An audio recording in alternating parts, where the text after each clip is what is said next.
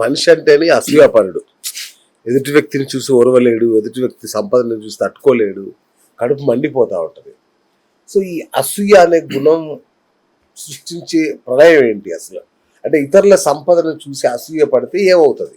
వాస్తవంగా అసూయ అనేది మనందరికీ తెలిసిన పెద్ద డిసీజే కదా, అందరికీ తెలుసు. అవును.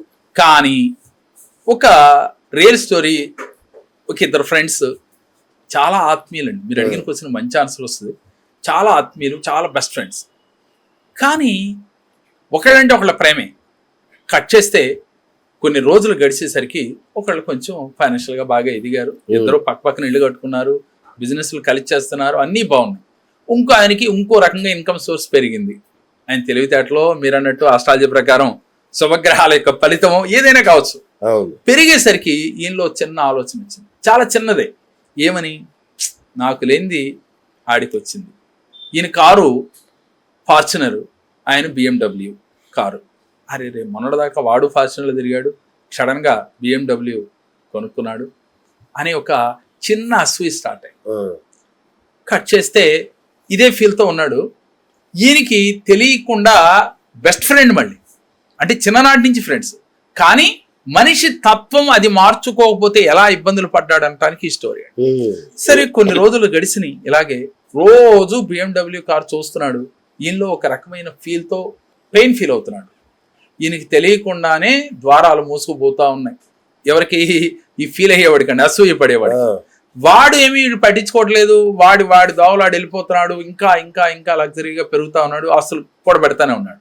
వీణ వెనక్కి అడుగు వేస్తా ఉన్నాడు. ఎక్కడో ఈయన ఫ్రీక్వెన్సీ కట్ అయిపోయింది. ఎందుకు కట్ అయింది?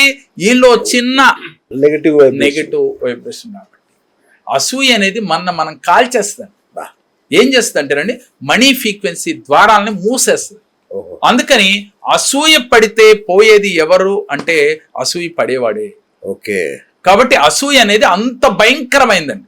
కానీ 100కి 99 మందికి నేటి కాలంలో, ఈ కలియుగంలో ముఖ్యంగా లేదు అంటే అది అబద్ధమేమో నా అనుభవం ప్రకారం. కానీ నేనే ఉంటానంటేనండి, ఈ అసూయని మీరు దూరం చేయాలంటే ఒకే ఒక్కటి, మీరు వాడిని చూసి ఏ కోణంలో ఏ ఆలోచనతో ముందుకెళ్తున్నాడో తెలుసుకుని ఆ ఫ్రీక్వెన్సీతో కనెక్ట్ అయ్యి ముందుకు నడిస్తే మీకు తెలియకుండానే అతనిలాగా ఉన్నతంగా ఎదగలుగుతారు. కానీ అది చెయ్యకుండా వాడికి ఏదో కలిసి వచ్చింది, వాడేదో నగలేసుకున్నాడు, వాడు నా ముందు చాలా అలాంటి వాడికి ఇంత ఐశ్వర్యం వచ్చింది అని తెలియకుండా అక్కసుతో ఈర్ష అనేది గనక విత్తనం పడితే ఆ విత్తనం పెద్దదై అది ఎవరిని దహిస్తుంది అనుకుంటున్నారు? ఈ అసూయ పడేవాడిని.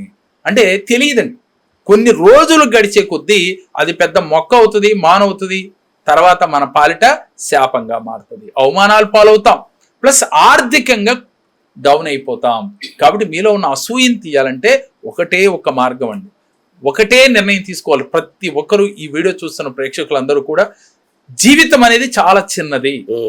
ఈ చిన్న జీవితం కోసం ఎదుటోడు ఎదిగాడు, మనం కూడా ఎదగాలి, సంతోషించాలి తప్ప వాడి టాలెంట్ని గుర్తించి వాడిని మెచ్చుకోవాలి తప్ప నాకు లేదు అని అక్కస్తో అసూయ పడితే మీకు మనీ ఫ్రీక్వెన్సీ ద్వారాలు మూసుకుపోతాయి. దీంతో పాటుగా అనారోగ్య సమస్యలు స్టార్ట్ అవుతాయి. ఏది రాకూడదో అదే వస్తుందండి.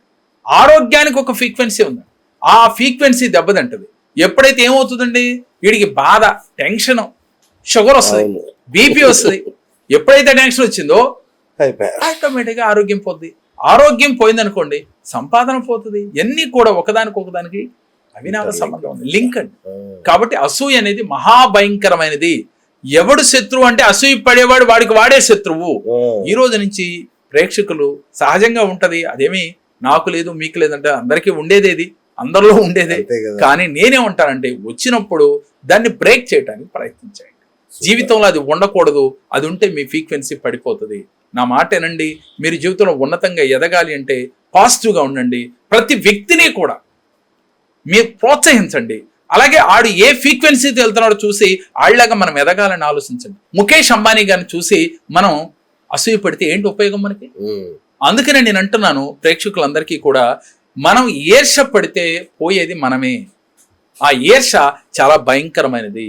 కాబట్టి ఈర్ష రాకుండా ఉండాలంటే మీరు ప్రతిరోజు కూడా ఒక్క 10 నిమిషాలు ధ్యానం చేయండి. అలాగే మనీ ఫ్రీక్వెన్సీతో కనెక్ట్ అవ్వండి. ఆయనలాగా ఎదుగుతారు. భయాన్ని వదలండి. ఎదిగిన వాడికి ఉన్నది ఏంటంటేనండి, భయం లేదు, పాజిటివ్ గా ఉన్నాడు, సాధిస్తానని ధైర్యం అనే పుట్టుమచ్చ వాడికి ఉంది. మీకు మాత్రం భయం అనే పుట్టుమచ్చ ఉంది. రెండోది, అది చేయలేనని ఒక భయం మీలో ఉంది. కాబట్టి అది వదిలేయండి. ప్రతి మనిషి గ్రహాలు అనుకూలించినా అనుకూలించకపోయినా ఇప్పుడు చేసే కర్మని ఆగామి కర్మ అంటాం. ఇప్పుడు జరిగే కర్మని ఆగామి కర్మ. ఈ ఆగామి కర్మలో మీరు పాజిటివ్ గా గనక నేను చెప్పినట్టుగా ఉంటే గ్రహస్థితుల్ని తారుమారు చెయ్యొచ్చు. ఎందుకని అంటారా, గ్రహస్థితిలో అదృష్టం ఉందా, వస్తుంది. అదృష్టం లేదా, ఆ దురదృష్టం మిమ్మల్ని వెంటాడకుండా దాన్ని బ్రేక్ చేసుకోవచ్చు. చీపురుని లక్ష్మీదేవి అంటారు. మంచి క్వశ్చన్ అడిగారు. వాస్తవంగా ఏంటంటే చీపురు అంటే ఏం చేస్తాండి, దాని పని ఏంటి, ఇంటిని శుభ్రం చేయడం. ఇక్కడ మన పెద్దలు చూడండి ఎంతో లోతుకి ఆలోచించి చీపురు లక్ష్మీదేవి అని మసిగొడ్డంలో కూడా మీరు వినే ఉంటారు. ఎన్నిటిని ఎందుకు అంటారంటేనండి, తెలియకుండా దాన్ని చులకన భావనగా చూడకుండా. రెండోది, ఇంటిని శుభ్రపరిస్తే ఆ ఇంట్లో ప్రశాంతత ఉంటుందా లేదా? అన్ని చిమ్మేసి ఉన్నాయి అనుకోండి, ఇంట్లో రాగానే మనకేముంటదండి, ఒక అనీజినెస్, చిరాగ్గా ఉంటుంది. కానీ దాన్ని చెయ్యాలంటే ఏం కావాలండి, చీపిరి మాత్రమే. అందుకని చీపిరి చాలా లక్ష్మీ ప్రధానం అని చెప్తారు, లక్ష్మీదేవితో సూచిస్తారు. అలాని చీపురు లక్ష్మి అంటే కాదు ఇక్కడ ఆ వస్తువు. అందుకని ఆ వస్తువుని ఎక్కడ పెడితే అక్కడ పెట్టకూడదండి. దానికి కూడా మేము ఆస్ట్రాలజీలో ఒక మాట చెప్తాం, వాయువ్యంలో పెట్టండి లేదా ఆగ్నేయంలో పెట్టండి, కానీ ఈశాన్యంలో పెట్టకండి. మళ్ళీ ఈశాన్యంలో పెడితే దరిద్రం అని చెప్తాం. ఎందుకని ఇల్లంతా ఊడిసి వచ్చి ఈశాన్యంలో పెడితే ఈశాన్యంలో దేవతలు ఉంటారు కాబట్టి అక్కడ ఉండకూడదు, మంచిది కాదని చెప్తాం. మరి ఎందుకని అది లక్ష్మి అయినప్పుడు మరి ఈశాన్యంలో ఎందుకు పెట్టకూడదు అంటే జనాలు ప్రేక్షకులు అందరూ చూసే వాళ్ళకి అనేక డౌట్లు వస్తాయి. అందుకని నేను ప్లస్ మైనస్ రెండు చెప్తున్నాను. ఇక్కడ నా కాన్సెప్ట్ ఏంటంటేనండి, ప్రతి ప్రేక్షకుడు కూడా నమ్మాలి కానీ పాజిటివ్ గా ఉండాలి. జ్యోతిష్యం ఉంది, ఆస్ట్రాలజీ ఉంది, అన్ని ఉన్నాయి. కానీ అన్ని మన జీవితాన్ని మార్చడానికి హెల్ప్ చేస్తాయి. 50% మీ ప్రయత్నంతోనే అవి మీకు సపోర్ట్ చేస్తాయి. అవి చేసినంత మాత్రం తెల్లారిపాటి హీరో అవ్వలేము. అలా అయితే నేను రోజు జ్యోతిష్యం చెప్పాల్సిన అవసరం లేదు. ఇది ప్రతి ఒక్కళ్ళు గుర్తించాలి. ఎందుకని జ్యోతిష్యం చెప్పుకుని బతకాలి ఇన్ని సంవత్సరాల నుంచి?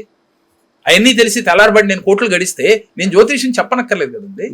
కాబట్టి మన ఫ్రీక్వెన్సీని మార్చుకుని ఆ అదృష్టాన్ని అందుకునే స్థితికి తెచ్చుకోండి.